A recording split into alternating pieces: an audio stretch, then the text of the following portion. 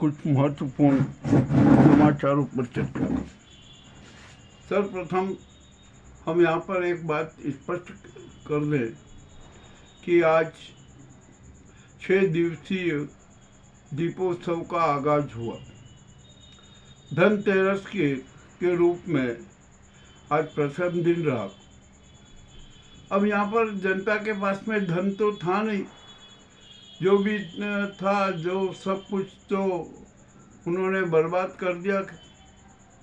फिर भी जनता ने औपचारिकता निभाई। ठीक है, जो यहाँ पर दीप भी जलाए गए, ये भी हुआ, किंतु जो हमेशा रौनक रहती है ना धनतेरस की, वैसी नहीं दिखी। बर्तन बाजार में जरूर रौनक लगी, लोगों ने कुछ खरीदारी की और खरीदते ही हैं, ऐसा वो होता ही है। चलिए, ये तो सब हो गया। अब हम यहाँ पर सबसे बड़ी बात तो ये रहती है कि धनतेरस के दिन स्वास्थ्य के देवता धन्वंतरी जी की पूजा होती है। अब वो घरों में तो होती नहीं है। जो आयुर्वेद के जो संस्थान हैं, जो आयुर्वेद में विश्वास रखते हैं, जो आयुर्वेद के प्रतिष्ठान हैं, वहाँ पर धन्वंतरी जी की पूजा समारोह पूर्वक की जाती है। करना भी चाहिए, अच्छा है। और अब तो धन्वंतरी जी से जो कि हर रोग का उपचार करते हैं, उनके पास में हर बीमारी का इलाज रहता है। तो आज धनतेरस है ना, धन्वंतरी जी की पूजा करके उनके चरणों में नमन करके हम एक प्रार्थना कर रहे हैं। और एक प्रार्थना ये है कि प्रभु देश और विदेश के सभी लोग स्वस्थ रहें, और जो मानसिक रूप से अस्वस्थता हो गई है, बौद्धिक रूप से अस्वस्थता हो गई है, कार्मिक रूप से अस्वस्थता हो गई है ना, उसका भी उपचार कर दीजिए, उसका भी समाधान कर दीजिए। सबने अपने अपने घरों में दीप प्रज्वलित किए हैं, आपके चरणों में नमन भी किया है, तो कम से कम इतनी कृपा तो अवश्य कर दीजिए कि देश और विदेश का हर आदमी स्वस्थ हो जाए। ये तो आज की जो बात थी जरूर हुई। अब यहाँ पर हम आते हैं कि हम लोग मानसिक रूप से और बौद्धिक रूप से, मानसिक रूप से विकृत हो गए। हम मानसिक रूप से बीमार हैं, भावनात्मक रूप से बीमार हैं।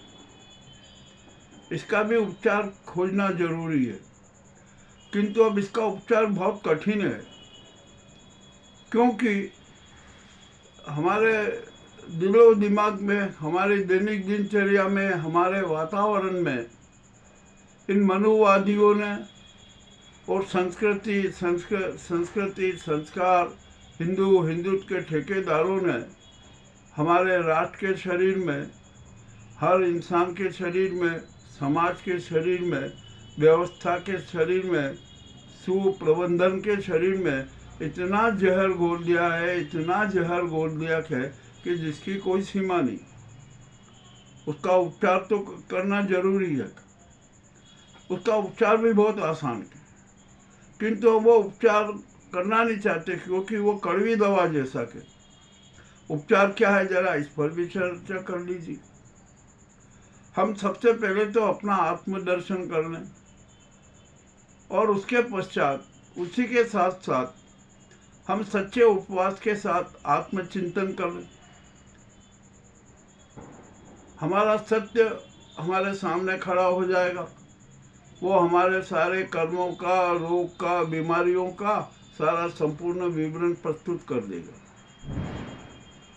किंतु हम डरते हैं। हम जो बीमार है ना, उसका उपचार करने से डरते हैं, क्योंकि हम कोई कड़वी दवा नहीं लेना चाहते स्वस्थ होने के लिए। तो हम अस्वस्थ ही रहेंगे, और इसका फायदा कौन उठा रहा है पता है ना? जो हमारे देश में राजनीति, धन के गुंडे हैं ना, वो हमारी अस्वस्थता का लाभ उठा रहे हैं, हमें और भ्रमित कर रहे हैं और हमें विचलित कर रहे हैं। ये भी सत्य है, कोई गलत बात नहीं है। आइए, अब ये दीपावली का पर्व है ना, कल गुजरात के साबरकांठा के एक ग्राम में, मैया ग्राम है, वहाँ पर बड़ा बवाल हो गया। दो गुटों में भयंकर संघर्ष हो गया। और संघर्ष का कारण क्या बना? एक मंदिर के लिए दो गुट आपस में भिड़े और वो इतना हिंसात्मक हो गया कि आगजनी हुई, आगजनी की घटना हुई, वाहनों में तोड़फोड़ हुई, खूब पथराव भी हुआ, पत्थर चले, कितनी गाड़ियों को आग लगा दी गई, दुकानों में भी लूटपाट कर दी गई। मामला बड़ा गंभीर हो गया और करीबन यूँ तो सरकारी आंकड़ा 10 होने का घायल होने का आया है, किंतु 10 से अधिक ही घायल हुए हैं। और कितने वाहनों के कांच तोड़ दिए गए, शीशे फोड़ दिए गए वाहनों के, कितने वाहनों को तोड़ फोड़ कर दी। ये सारा मामला हुआ। पुलिस को सूचना लगी, पुलिस बल तैनात हुआ, दोनों पक्षों को तितर बितर किया, कुछ भी किया, वहाँ शांति स्थापना की पहल की। अब आप सोच रहे होंगे कि दो गुट की बात होती है कि दो गुटों में संघर्ष हुआ, तो यहाँ पर आम आदमी सोचता है कि हिंदू मुस्लिम आपस में भिड़े हुए, उनमें संघर्ष हुआ होगा। नहीं, मगर वहाँ ऐसा कुछ नहीं हुआ। वहाँ एक मंदिर को प्रबंधन को लेकर राजपूत समाज और पटेल समाज में विवाद हुआ। वो विवाद इतना बड़ा कि वो खून खराबे में तब्दील हो गया, मारपीट में तब्दील हो गया, आगजनी होने लगी, वाहनों में तोड़फोड़ होने लगी। पुलिस ने बल प्रयोग भी किया और वहाँ पर जो है ना शांति स्थापित के प्रयास जारी।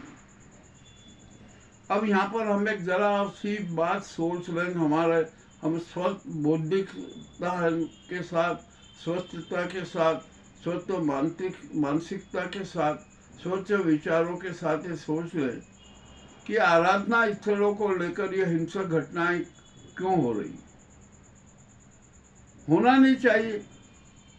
ये जो आराधना स्थल है ना, चाहे वो किसी भी पंथ के हो, हिंदू पंथ के हो, मुस्लिम पंथ के हो, ईसाई पंथ के हो, सिख पंथ के हो, सभी के पंथ के हो, सभी आराधना स्थल नमन योग्य हैं, सम्मान योग्य हैं, उनको नमन करना चाहिए। किंतु हमारे यहाँ ऐसा नहीं होता। हमारे यहाँ तो बड़ी विचित्र स्थिति हो रही है। जो आराधना स्थलों को व्यवसाय केंद्र बनाया जा रहा है, जो एक घृणित काम है, ये बहुत बड़ा अपराध है। मैं यहाँ पर स्वामी विवेकानंद जी की एक बात याद दिलाना चाहता हूँ कि स्वामी जी सड़क पर जा रहे थे, मस्जिद आई तो वहाँ भी उन्होंने सर झुका के नमन किया, मंदिर आया वहाँ पर भी सर झुका के नमन किया। तो एक जो वहाँ पर कुछ लोग थे, उनका महाराज जी आप तो भगवा वस्त्र पहने हुए हो और आप मस्जिद को भी नमन कर लो, ये भी करो, आखिरकार ये है क्या? स्वामी जी ने मुस्कुराकर उत्तर दिया कि ये बहुत बड़ी विचित्र बात लगेगी आपको जो मैं बता रहा हूँ। स्वामी जी ने यह कहा कि भैया जो ये जितने भी पंथों के आराधना स्थल है ना, ये नमनीय है, नमन योग्य, सम्मान योग्य है। क्योंकि जब हम उनको नमन करते हैं, उनको सम्मान देते हैं ना, तो हमें आत्मिक शांति प्राप्त होती है। और क्यों नहीं होगी आत्मिक शांति प्राप्त? ये तो जितने भी पंथों के आराधना स्थल है ना, ये देवदूतों के विश्राम गृह है। यदि हम किसी भी प्रकार का कुकृत्य करते हैं, कोहराम मचाते हैं ना, तो हम ईश्वर के दूतों के विश्राम में खलल डालते हैं। यह हमारा अपराध। अब यहाँ पर हमारे मनोवादी सोच में है ना, एक बड़ा विचित्र बात हो गई। उनको तो यहाँ पर हर जगह बस हिंदू मुस्लिम मंदिर मस्जिद की बात होती है। कुछ गिरजाघरों के भी होती है, कुछ अब यहाँ सिख पंथ के जो गुरुद्वारे होते हैं उनके उसमें भी होती है। यानी जो आराधना स्थलों का जो पावनता का स्वरूप है ना, वो भी नष्ट किया जा रहा। और यदि यह स्थिति रही ना, तो हमारे देश की हालत बड़ी विचित्र हो जाएगी। तो जरूरी इस बात की है कि हम अपने बौद्धिक रूप से, आत्मिक रूप से, मानसिक रूप से हम पूर्ण रूप में स्वस्थ हो जाए। ये मनोवादियों के झूठे सिद्धांतों की बात छोड़ दें। ये जो हिंदूवादी बात करते हैं ना, हिंदू राष्ट्र, ये जो नाजी जो कोंकणी गेन का जो हिंदू धर्म है उसकी बात करते हैं। और उसके पीछे एक ही षड्यंत्र है कि वो देश की जनता को, देश के संविधान को अपने नाजीवाद का गुलाम बनाना चाहते हैं, मनोवाद का गुलाम बनाना चाहते हैं। और इसी के कारण पूरे देश में अशांति है, कोहराम मचा हुआ। तो आज धनतेरस के हमने भगवान धन्वंतरी जी की पूजा अर्चना की, आराधना की। तो अब उनसे यही प्रार्थना करें कि प्रभु, हम जब जितने जो हम रोगीले हो गए ना, ये मनोवादी का जो कैंसर हमारे शरीर में समा गया है ना, विचारों में समा गया है, कर्तव्यों में समा गया है, कार्यों में समा गया है ना, उससे हमें मुक्ति दिला। ये मनोवादी कैंसर हमें अब पसंद नहीं है, ये हमारी जान ले लेगा। तो और ये जो मनोवादी कैंसर है ना, ये सनातन धर्म के लिए भी बड़ा घातक है। सनातन धर्म के 10 सिद्धांतों को समूचा विश्व मानता है। हर पंथ में उस बातों को महत्ता दी गई है। तो ये पूरा जो काम चल रहा है ना, जो ये मनोवादी कैंसर को भी आप समाप्त कर दीजिए, इसका भी उपचार कर दीजिए। ये आज का धनतेरस पर हम अपनी विशेष प्रस्तुति दे रहे हैं। आपको कैसी लगी हमें अवश्य बताएं। बहुत बहुत धन्यवाद।